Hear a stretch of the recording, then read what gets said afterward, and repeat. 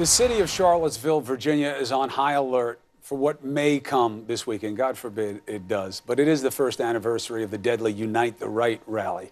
On Wednesday, states of emergency were declared for the Commonwealth of Virginia and Charlottesville in the event that unrest breaks out at events in and around Charlottesville and outside Washington, where this Unite the Right 2 rally is set to occur. Let's bring in D.L. Hughley, host of the Hughley Truth podcast. Welcome to Primetime. You are a comedian, but we're not here to joke. This is serious stuff. We're not gonna. No, look, I wish we could have a sense of humor about it, but I get nervous with occasions like this coming because I don't have a sense that this will be better this time, so I worry. It was weird to me to see white supremacists walking around with tiki torches, because those are the very torches that black people use to keep bugs out our backyard. I didn't know they worked on us too, but I think that now we have a situation where there is, we don't have, even truth is suffering. There can't be a moral equivalence. Either it's wrong to be hateful and to promote violence and apathy and to be angry and to believe in the supremacy of one race over another, or it's not.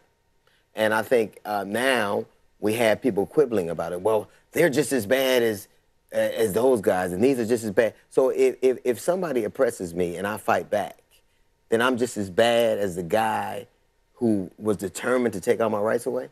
That's where we are in America right now.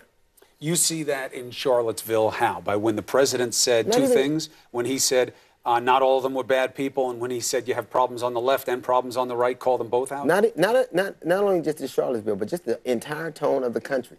We have. I just watched Kobach, who was on, who's running for governor, and he talked about how, he did the commission on voter fraud. Isn't it funny how he said there were thousands of people, or maybe 1,000 people who fraudulently voted?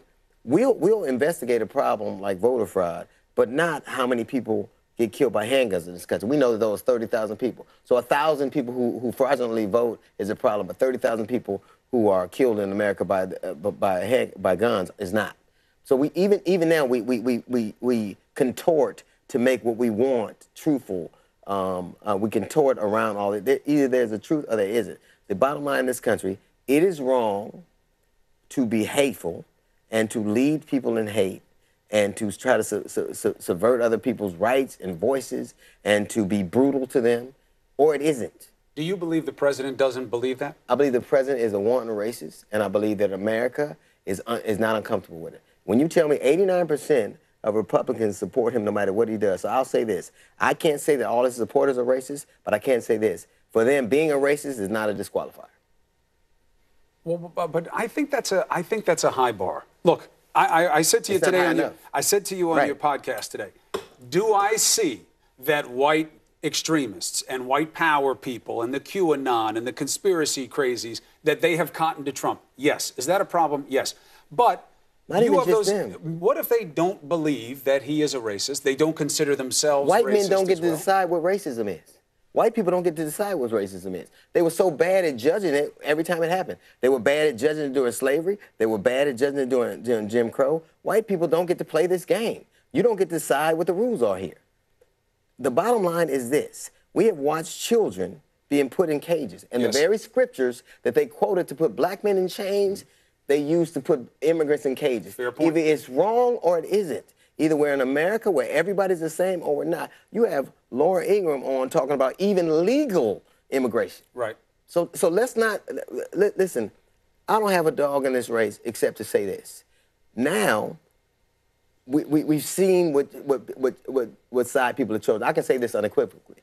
If Barack Obama were doing what Donald Trump is doing, then two things would happen. The nation would call for him to be impeached, and I would be his loudest opponent. You can't do to people what Trump and the Republicans are doing to this country. You would have called out Barack Obama if he was saying what Donald Trump is.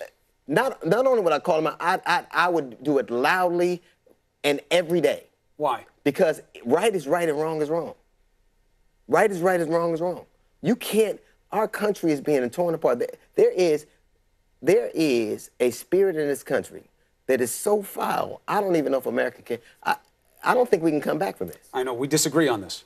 And not because I'm some Pollyanna. I believe that, what do you see at the same time that you see a Chris Kobach saying what's not true? You see the media stepping up, checking him, say, no, this is what's true, you're wrong. The president, we do it all the time. It creates a fight. He does all his fake news BS, but we do it because there is right, there is wrong. The truth is a side, too. You got the left, you got the right, and you got reasonable. We get to make our own truths up in this country. We get to hear what we want to hear. But that doesn't mean there isn't truth. No, that doesn't mean there isn't truth. But it also means that we get to decide what we want to hear. We're very evocative. We want to hear what we want to hear these days. And I'll say this. I can tell you this, and I've gone all around this country. I've played places everywhere. Now we get to make our own truth up. We get to decide. Like, I watch people contort and say, well, even if he did meet with people, there was nothing wrong with it because people do it every day. That's a lie. When you say that the media is the enemy of the American people, that's a lie. I watched somebody on CNN last night say, I would believe Trump over Jesus. If truth dies, how can democracy live? Well, listen, I'm going to end it on that because I can't come back. If you heard somebody say, I believe Trump over Jesus, I'll show you when we leave. Then I'm going to concede the point for this night only because that's. But wait a minute, my book, crazy. How Not to Get Shot and Other Advice from White People. You can get that. Say it slower. What's the name of the book? How Not to Get Shot and Other Advice from White People. Now it's a New York Times bestseller, so you got to buy it. Will you sign one for me? It's my birthday. Not only that, we'll do some other stuff for your birthday. 58 years old. They look good. Look like, you got to have some black in you, I'm telling you. It ain't cracking. 58. Thank you to D.L. Hughley. It is one of the 4